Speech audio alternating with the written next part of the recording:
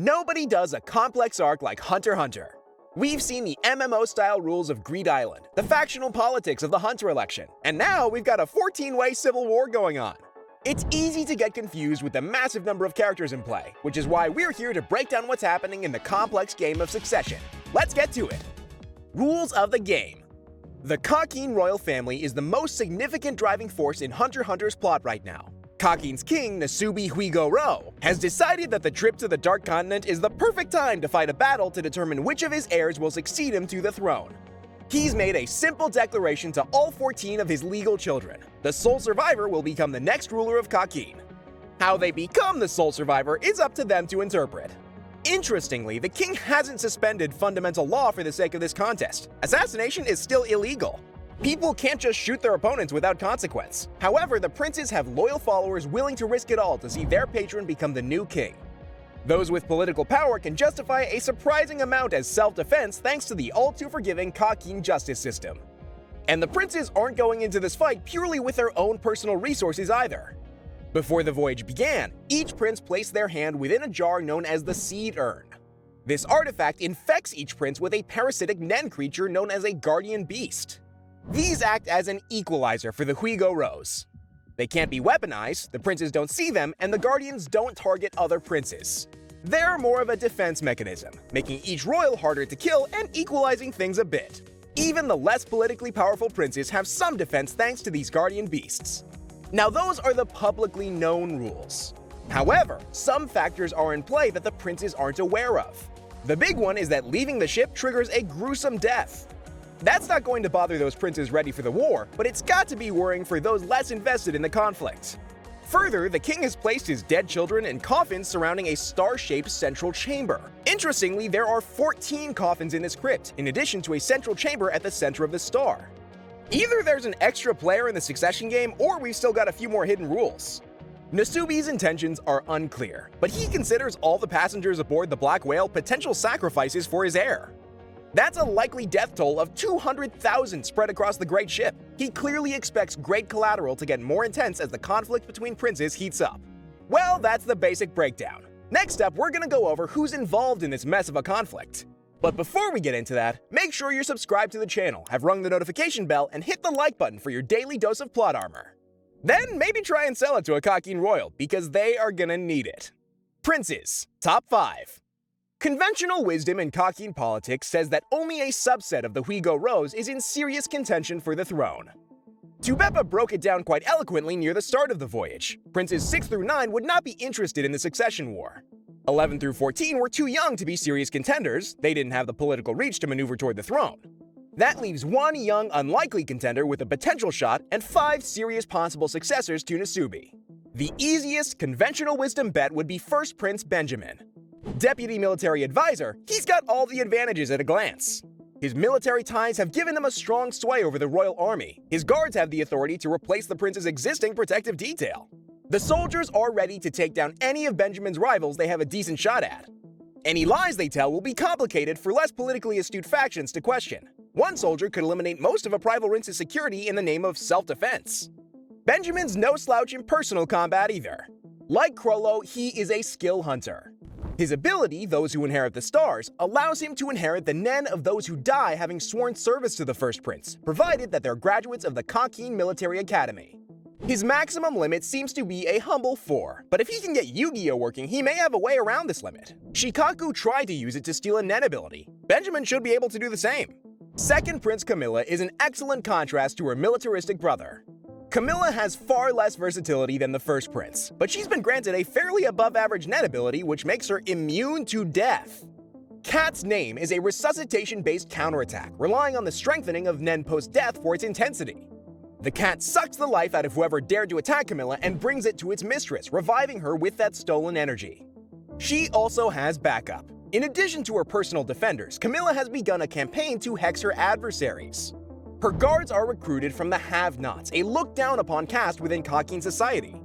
They're so grateful for Camilla's patronage that they have developed a Death Curse ability. If they kill themselves with the correct setup, they can kill a target via post-mortem Nen. Camilla's guards have each focused on a specific rival prince, cursing them with every breath in preparation for striking a killing blow. Camilla is playing to win every bit as hard as her older brother. Third Prince Zhongli is much more laid back than his older siblings. He's been playing a defensive game so far, watching, reacting, and learning about the situation. His spirit beast is focused on producing coins. They grant power to his chosen followers. Once Zhang does decide to make his move, it will likely be a strong one, but he'll have to act fast. With the rapid pace at which things are evolving on the Black Whale, this slow-paced strategist runs a severe risk of being left in the dust if he doesn't start making some active plays. After that, we have 4th Prince Saridnik. Oh boy, this man is intimidating, even to his own guards. He's the most depraved of all the Huigo Rose, the only one we know who simply kills people for fun. In a just world, he'd be the first prince to die. Unfortunately, Saridnik has what might be one of the most subtly dangerous net abilities we've ever seen. His ephemeral 10 seconds is a highly potent form of precognition. It requires him to adopt Zetsu, but Saridnik can see 10 seconds into the future. Moreover, changing his actions doesn't affect what his opponents see. You can shoot Saridnik in the face, only to have him show up behind you completely fine. Ephemeral 10 seconds may be the strongest net ability we've seen yet. Its only weakness is requiring Zetsu to activate. That'll hurt Saridnik's ability to resist attack, but going all Zawarudo makes that kind of a side point. You don't need strong defenses if nothing can touch you. And he's got a powerful guardian beast to top that. We still don't know exactly how it functions, but it's focused on creating minions for Saridnik. Those who lie to the prince are remade into something other than human. Given the prince's lack of regard for life and the fact that this ability targets traitors, being on the receiving end of this transformation will be a bad time. 5th Prince Tubeppa is the most laid back of her senior siblings, spending most of her time focused in her lab. Unlike the similarly withdrawn Zhongli, she's barely been paying any attention to the moves of other princes. Tubeppa comes off as almost uninterested in the succession conflict. However, she was proposing a deal with Saridnik early on in the voyage. She's not blind to the game. She may be waiting for a specific, strong ally to back her claim. He's noted that her guardian beast functions best with a research partner. Tubeppa is highly analytical and has been trying to play her hand in the succession war logically, thinking everything through. She lacks the clear advantages of her elder siblings, but is willing to consider outside-the-box ideas. Thanks to that, she has a new ally in mind, but we'll get back to that later. Princes, other contenders. Don't assume only the top 5 have a shot at winning this fight. The handful of deaths we've seen so far all came from this set, 12th Prince Momose and 8th Prince Saleh Saleh leaving with little fanfare. Still, there are a few strong contenders among Nasubi's remaining kids. Don't count them out of the running yet. 9th Prince Hulkenberg is easily the most apparent threat in the bunch. His siblings wrote him off before the conflict as unwilling to fight. That was true, he's been trying to withdraw from the succession war for a while. Ultimately, Hulkenberg attempted to end the game outright, storming the king's room, threatening to kill him unless he ends the game, and shooting him when he didn't. This guy doesn't make idle threats. When that didn't work, Hulkenberg shot himself to try and avoid the game. Unfortunately, his Nen Beast protected him from even that. His father has convinced him that his only option is to win as quickly and decisively as possible. He's got more than discarded morals going for him too. Hulkenberg has one of the most powerful offensive Nen abilities we've seen. His arrows implant the soul of one of his followers within the target, with the assistant taking over and leaving the original body comatose. This is an ideal setup for assassination. You can control a loyal enemy and launch a near-perfect surprise attack. His faction aren't slouches in a direct fight either. Hulkenberg's Spirit Beast is a group enhancer. Each of Hulkenberg's followers is given a feather mark. When they activate their Nen, their abilities are boosted collectively. It fits that the prince most skeptical of the monarchy has a beast that incentivizes collective action. It makes sense that the populist Prince Hulkenberg's greatest strength is his followers. However, this aspect of his abilities has become his Achilles heel. None of these abilities help Hulkenberg get new allies. Without loyal companions, both his own Nen and his guardian beast get significantly less helpful. 7th Prince Lucerus hasn't made a visible move yet, but is playing the game earnestly. He was already trying to put assassins in place before the voyage began. Interestingly, his primary target seems to be the less active 5th Prince Tubeppa, perhaps due to a past grudge between the two. It's possible Tubeppa's inactivity has frustrated Lucerus. With her doing so little, she's not granted him an opportunity to target her. Could this be an intentional counterplay, or simply good luck for the scientist? 6th Prince Tyson is 100% a wild card. She's quite a minimal physical threat. Petite, not particularly athletic, and uninterested in violence. Still, her guardian beast is extremely powerful. Primarily, it drains aura from those who read her quasi-religious philosophical text, the Book of Tyson. However, it also seems to possess a brainwashing quality, similar to 8th Prince Saleh Saleh's. Prolonged reading of the Book of Tyson makes targets grow rapidly more attached to Tyson, enabling her to give them direct orders. The Aura Drain effect could give Tyson unexpected strength in a direct fight. Pooling the energy of her followers would open the door to a highly potent effect. Still, Tyson has consistently conveyed her peace and love message. Her Nen ability is likely a manipulator or specialist type rather than directly combative. If it's Tyson's unconscious Nen use that's led to her guards being brainwashed, actually perfecting her abilities would make the 6th Prince extremely dangerous.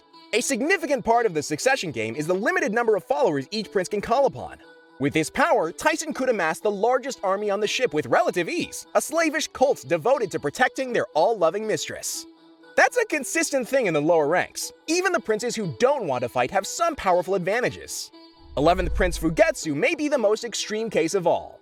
She absolutely wants no part of the infighting between her siblings. She's already tried to leave the ship once rather than continue with the conflict. She's not currently interested in the succession, but it's worth noting that her hand is strong.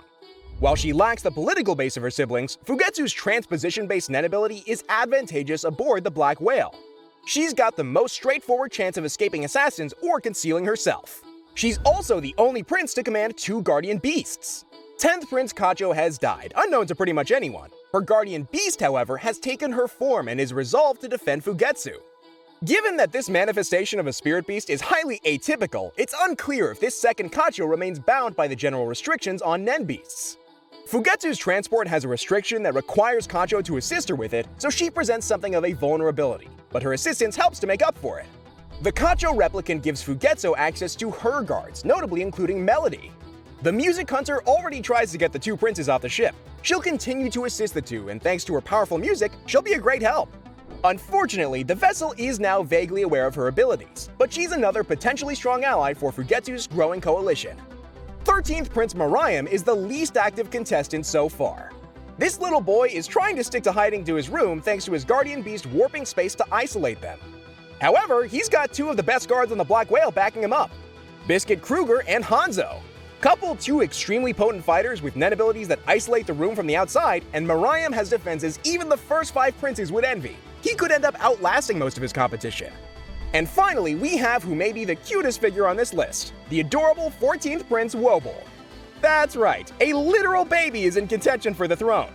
Wobble is a little too young to be plotting the assassination of her half-siblings, but her mother Oito made the best call of anyone on this entire list. She recruited Kurapika as her bodyguard. The new head of the Nostrad family and Rat Zodiac has been the biggest player in this arc. He's been navigating the situation like a pro, establishing relations with the other prince's bodyguards and training them in Nen. Kurapika has his own goal in this arc, aiming to retrieve Kurta Clan's eyes from the collection of the 4th prince. However, he's no monster. Oito put her trust in him, and he's too good a person to take advantage of this position. He's resolved to do his damnedest to protect Wobble, and has been holding his own against everything Kakin's royal politics can throw at him. But the voyage isn't over yet, and there's a nasty surprise waiting for Kurapika in the bowels of the Black Whale, Underworld. Complicating this whole mess further are the 3 criminal families that are also aboard the Black Whale. Based on floors 3 through 5, each of these groups is technically backed by one of the princes. However, their agendas may conflict with their patrons' wishes. The main force making waves are the Hyali, the family linked to Prince Saridnik. Morena Prudo. She's an illegitimate daughter of King Nasubi and one of his mistresses. Instead of looking to play the succession game, however, Morena is profoundly nihilistic. She's looking to take down the world and has instructed her family to kill as many people as possible. The entire Black Whale is their target, and Morena's contagion has even made a game of it. Morena spreads her Nen with a kiss, infecting her gang members with the ability to gain strength via killing. Each of her followers gains levels by killing targets. A regular civilian is 1 level, a Nen user gives 10, and a prince a resounding 50. Every kill grants additional strength and reinforces the target's aura. Level 20 Hyali awaken their Nen abilities. Those who hit level 100 can spread the contagion further, becoming a new patient 0. Since she specified such a substantial point award for princes, it's pretty clear Morena wants all her half-siblings dead too. And the Hyali have taken the message to heart. They're going all in on the serial killing, setting up secret abattoirs to work out of. Their hidden rooms are concealed via Nen teleportation, Hyali bringing their victims in via hidden doors, cleaning up and exiting elsewhere. The other 2 mafia families are starting to notice something is wrong, however, and are now hunting the Hyali.